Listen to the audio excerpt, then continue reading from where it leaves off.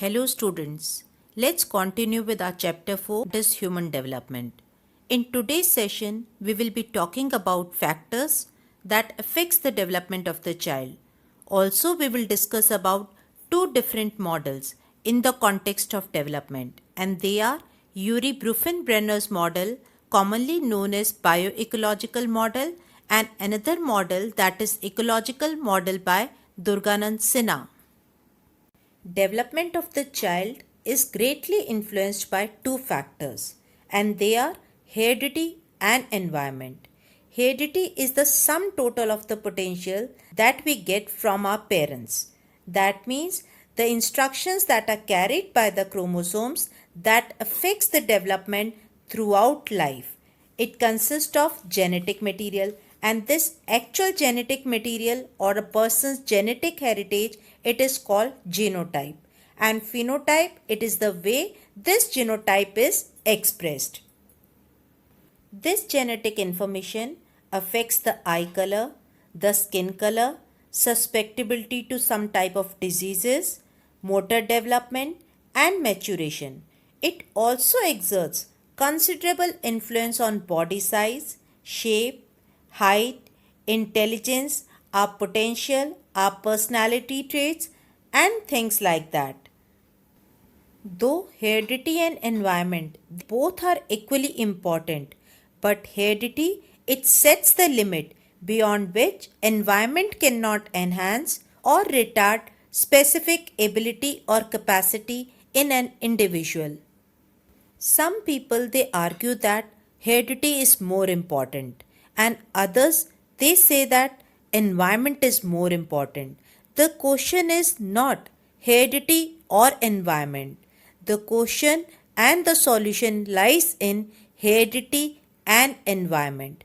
We are product of our heredity and environment. They both are equally important. Let's now try to understand the meaning of environment. Anything and everything that surrounds us and have an impact on us makes up our environment. Environment is nothing but the sum total of the surroundings in which an individual has to live. It is generally divided into two categories, natural and social. Now let's talk about Urie Bronfenbrenner's model in context of development. He believed that children they find themselves in various ecosystem, from the most intimate home to larger school to much larger society and culture, and because as environment change they can also get influenced by that environment. He also tried to explain how the inherent qualities of children and their environment they interact and influence as they grow and develop. So interactions between the individual and their environment they shape the development over time. He also believed that many additional environmental and societal influences they have great impact on child development. According to his view, we have 5 levels of context of development that an individual interacts with, and the innermost is microsystem. As we move outwards, others are mesosystem, exosystem, macrosystem, and chronosystem. Now we are going to discuss in detail about them. Let's first understand about microsystem. Microsystem is the first and the closest layer to the individual, the immediate environment or setting in which the child lives. The child interacts with social agents like family, peers, teachers, and neighborhood. In microsystem, an individual has a direct interaction with other people like friends and family.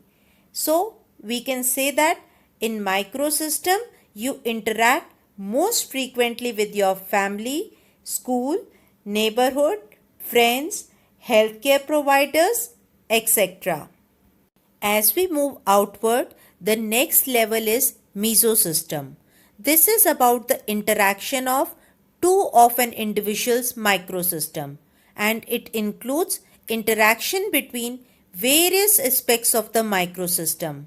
Example of this can be a relationship between a child's family and that of child's school. It is like juggling multiple worlds that you live in and making them work together. Next system is that of exosystem. This is about two micro interactions, but only one of it belongs to you.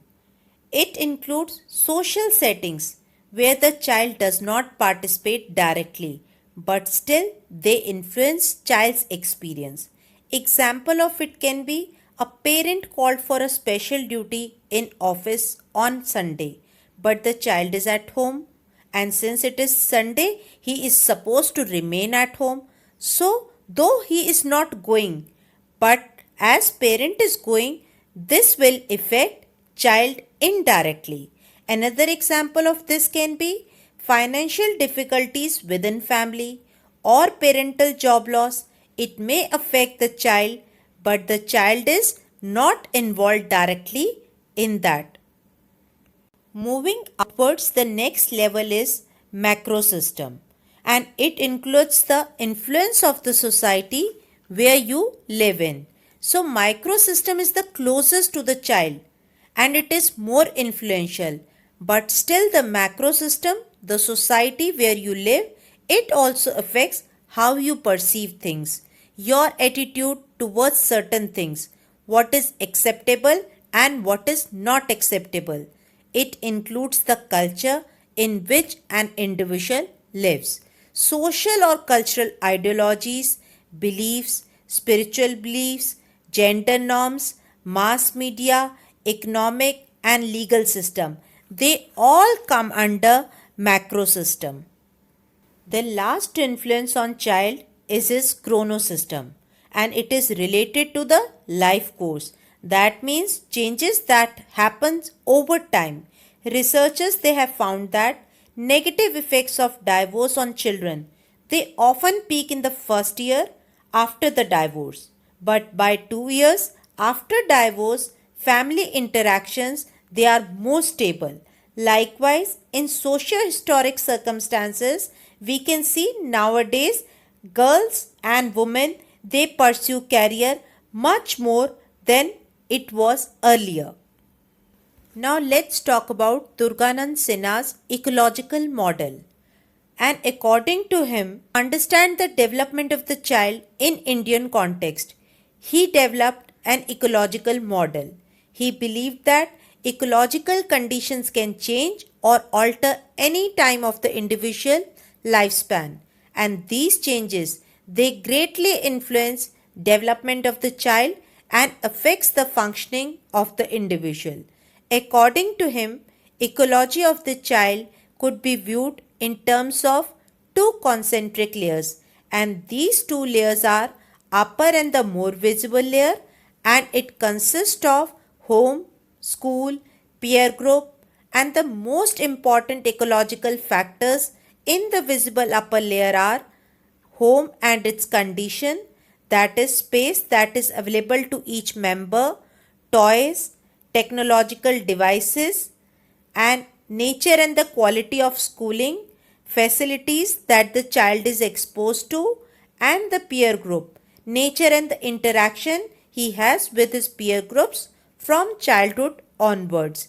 The second layer, that is the surrounding layer, it is a lower layer and it is not visible. It is a subtle layer. Its influences are not always clearly visible, but they do influence child. It includes general geographical environment, whether it is the space or the facilities for play or the density of the population, all these greatly influence child.